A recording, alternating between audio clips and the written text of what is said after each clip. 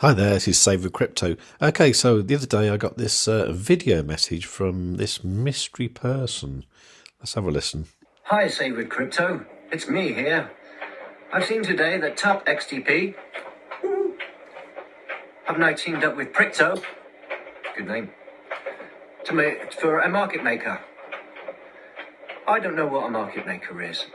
Could you explain it in detail, please? And if you don't know, ask your friends. Okay, well, my friend in this case is investopedia.com. And yeah, market maker, a firm or individual who actively quotes two-sided markets in a particular security, providing bids and offers known as asks, along with the market size of each. Okay, I'm still not totally aware what exactly a market maker is, so let's just have a quick listen to Tino from Traders Reality. The market maker's sole purpose is to provide liquidity, okay? Now, without the market maker, there will be a few problems in any markets that we would decide to trade. Could you imagine if Bitcoin didn't have a market maker? What do you think the market would look like?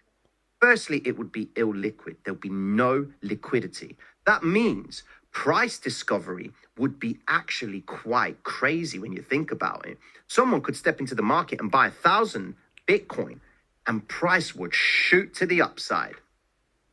At the same time, there could be someone selling that amount of Bitcoin and price would just completely collapse.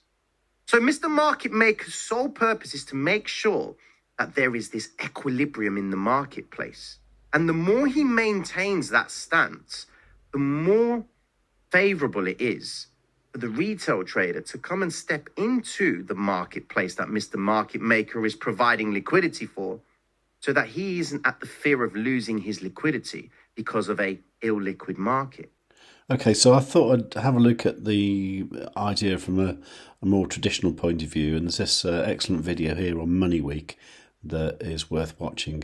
And this guy has given an example of a made-up company called XYZ Shares, and he talks about the spread, like the difference between the bid and the ask price. Let's just have a little listen. XYZ Shares. So the bid price is, I'm going to make it 100p, and the offer price is, let's say, 120p. And that means the gap between the two, or the spread as it's known, is 20p at the moment.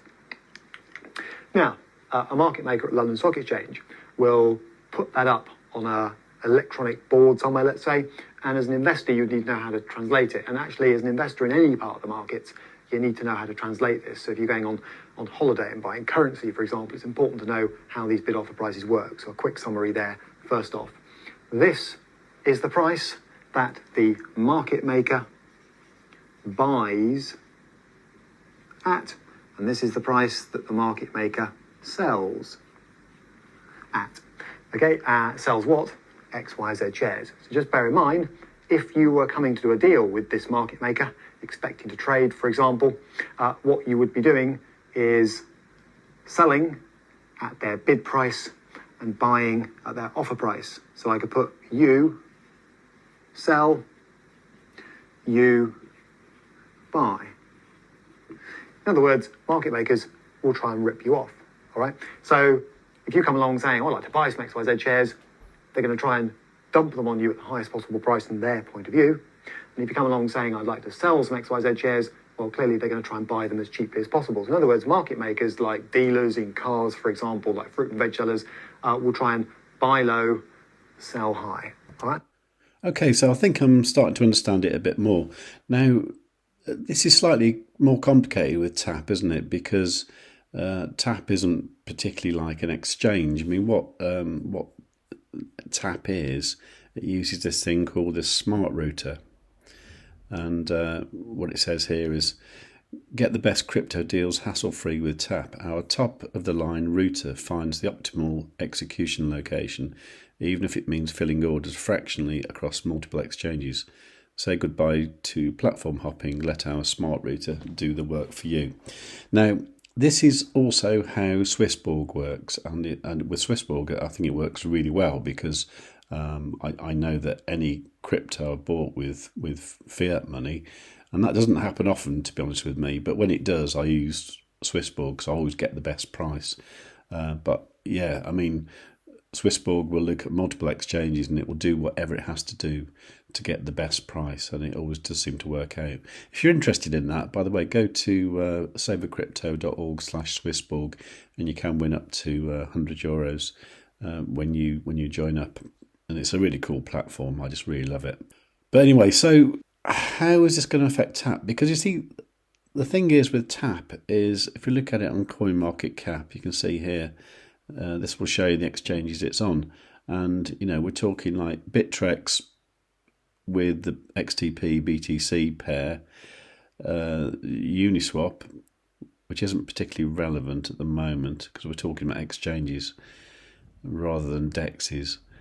The Bittrex XTP USDT pair, okay, and then Probit Global, which I know nothing about, which is an XTP USDT pair.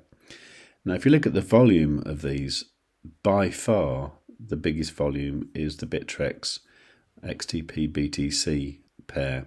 So does that mean that the market maker is going to be working on Bittrex? You see, up till now, the main market maker has been Jordan, that Martini guy himself, and maybe half a dozen other people. So it's going to be interesting to have more people involved. I mean, Jordan obviously himself only wants to buy, he doesn't want to sell. There are a few other people in there who appear to want to sell, and a lot of people are looking at the small spreads, like, you know, buying at 20 sats, selling at 30, or buying at 25, selling at 35, that kind of thing. So how do I think it will affect things overall? Well, I think over time it's going to encourage people to trade TAP for Bitcoin or trade TAP for USDT. And really, once this kind of liquidity gets going, I would hope for the price of TAP to get to a more realistic market cap. And at the moment, the market cap here is quoted as 8 million, with a fully diluted market cap of 68 million, which is still small, still relatively small, very small. So I would hope that we would see more trading of TAP and therefore an increase overall once people realise the value of TAP. Now, there are a few things that I've kind of forgotten about. One thing was the white label card providing for the Bitfinex exchange.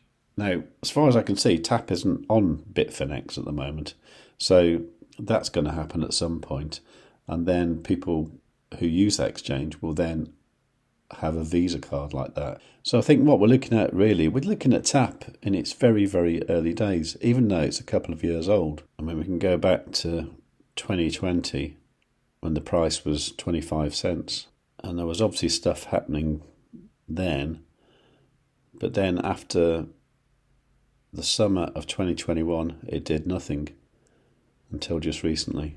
And we are right down here, and I believe it will go up quite a bit in the future. Anyway, that's just what I think. Tell me what you think. Please let me know. Let's get a discussion going, because a lot of people are disappointed because they've seen this drop here. I'm a little bit disappointed, but at the same time, very glad that my average buy-in price was way less than 1 cent, and there is the possibility to go up to 25 cents and beyond. Me personally, I'm hoping for a 10x this year. That's what I'm looking at. But as I say, let me know what you think. The only thing I would say is that I went to France a couple of weeks ago, and I was there for a week, and I thought I would use my TAP card because it's kind of based in euros, and I didn't. I didn't see any point in using it because you don't get any cash back, you don't get any perks, you know, it doesn't benefit me at all using my TAP card. So I just use my N26 card most of the time, where I had some euros. I suppose the difference would be if, for example, somehow I was earning money with the TAP card by providing liquidity, for example, like with the Bitcoin Earn feature when that is going to be live. If I was doing that and earning tap, and then I could use that money with the card to buy a few beers or something, or the odd baguette, I would probably do that. But at the moment, I didn't see any reason to use it. And that kind of bothers me a little bit. In the UK, I use my Crypto.com card because I get 3% back. So I don't use my tap card. And really, I need a reason to use it. But there you go, that's my thoughts. But let me know what you think in the comments down below. And while you're down there, give the video a like, make sure you're subscribed, and above all, tell your friends.